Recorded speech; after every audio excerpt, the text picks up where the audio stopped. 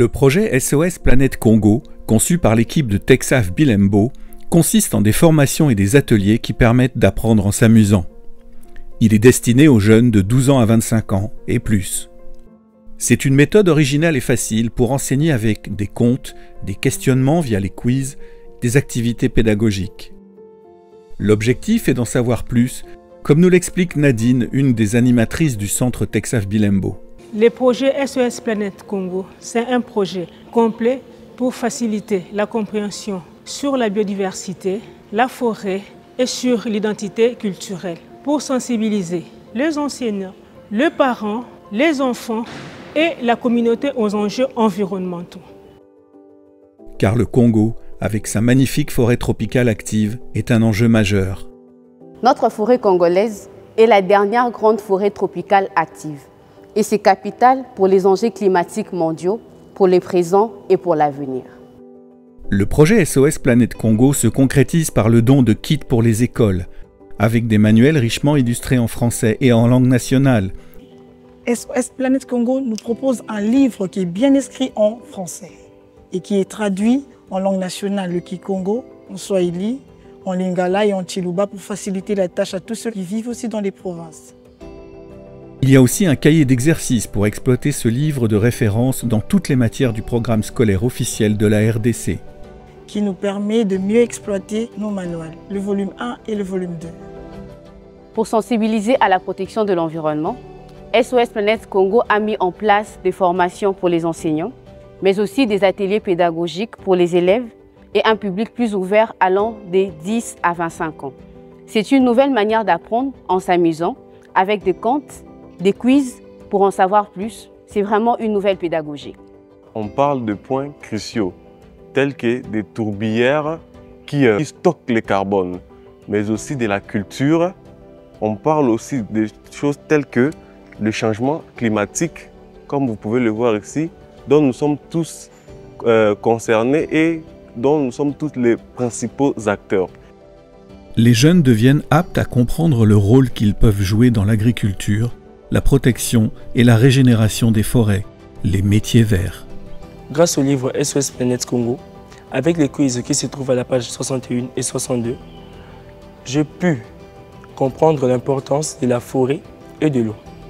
Notre Congo est riche en ressources naturelles et cela me donne des idées de métiers verts, comme par exemple écologiste, hydrologue, climatologue et géologue.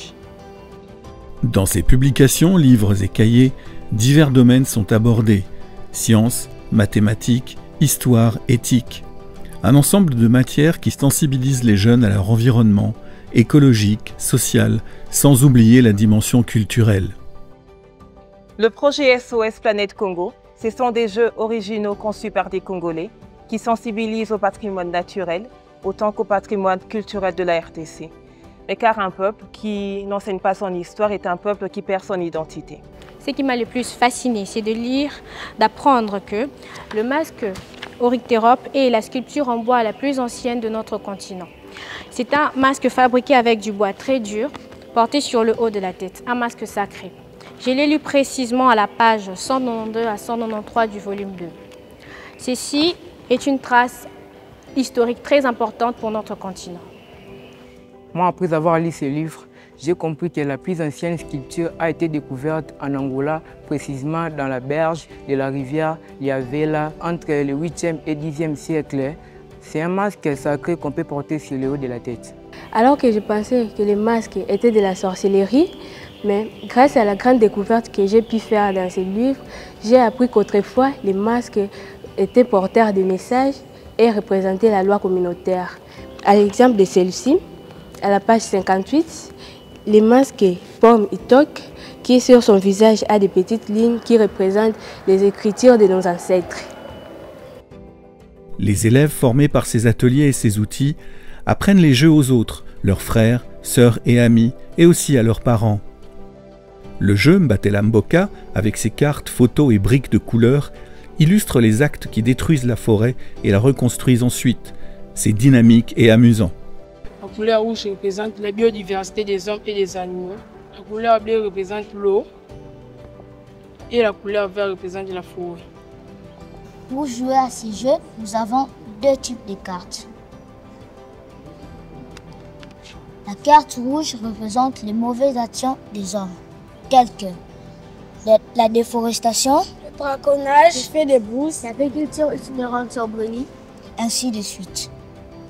La carte verte représente les bonnes actions faites par les hommes, telles que l'élevage, l'éco-garde, les panneaux solaires, la réforestation, ainsi de suite.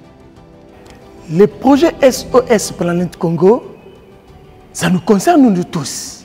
Il se déploie à Kinshasa comme en province. Nous sommes au Sud-Bangui, au Kasaï oriental, à Kolwezi, au Katanga. Il y a 12 écoles autour de la biosphère de Luki au Congo central qui sont aussi dans les programmes.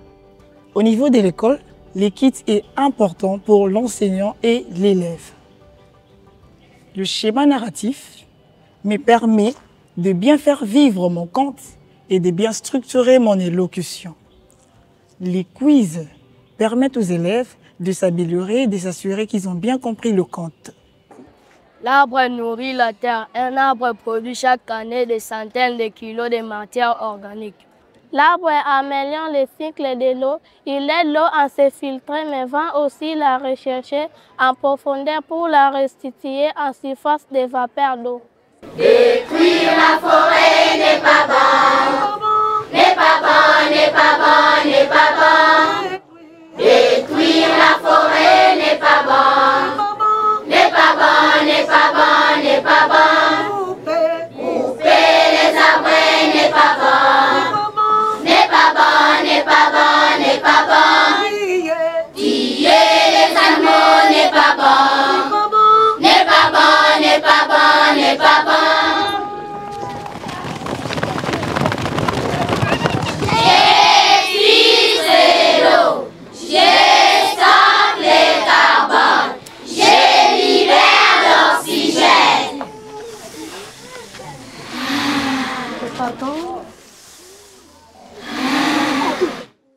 Attention, pour la forêt, on coupe, on plante, on coupe, on plante, allons-y. Elle a fait un arbre. Notre futur. Elle a fait un arbre. Notre futur. Maman Viviane va plus loin pour coacher et insérer les jeunes du Congo central dans des dynamiques agricoles et dans la protection de la forêt du Mayombe. Les arbres, le concept qu'on a aujourd'hui va préparer l'avenir des enfants parce que l'arbre donne des métiers. Pour l'encadrement de ces jeunes à leur avenir, donc c'est nécessaire qu'ils plantent les arbres. Pour restaurer, pour faire la résilience de notre forêt, nous les enfants, nous devons aussi s'impliquer pour planter les arbres. Il y a la première promotion, les aînés et les petits que vous voyez, ce sont eux que nous encadrons cette année à 2025. Voici comment on plante l'arbre. On divise les châssis en bas, touche.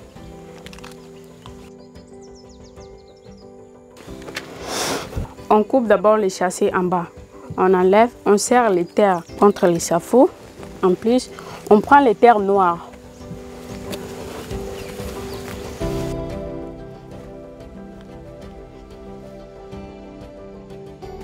Je plante.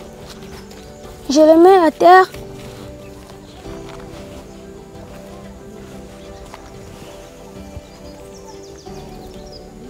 Après, je vais arroser.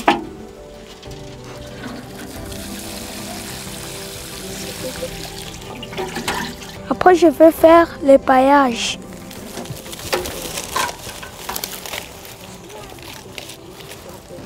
Je mets un peu la paillette parce que bientôt c'est la saison sèche. Le Musée royal de l'Afrique centrale à Tervuren, avec son centre de biologie du bois, accompagne les recherches à la biosphère de Luki et le travail de régénération des forêts réalisé par les communautés à Manzanzi et à Luki. Je comprends maintenant l'importance de la plante.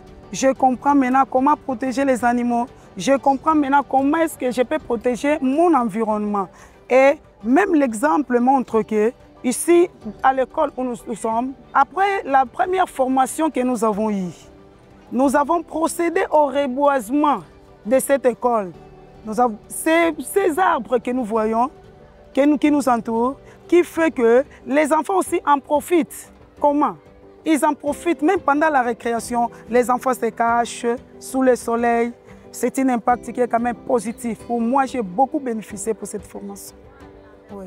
Même dans les sans toutefois oublier aussi, dans les salles de classe, surtout au niveau de l'éducation de base, nous avons encore cette leçon de l'environnement que nous enseignons aux enfants. Et puis, avec le livre de SOS Planète Congo que nous avons aussi beaucoup que nous apprenons aux enfants, surtout de l'éducation de base.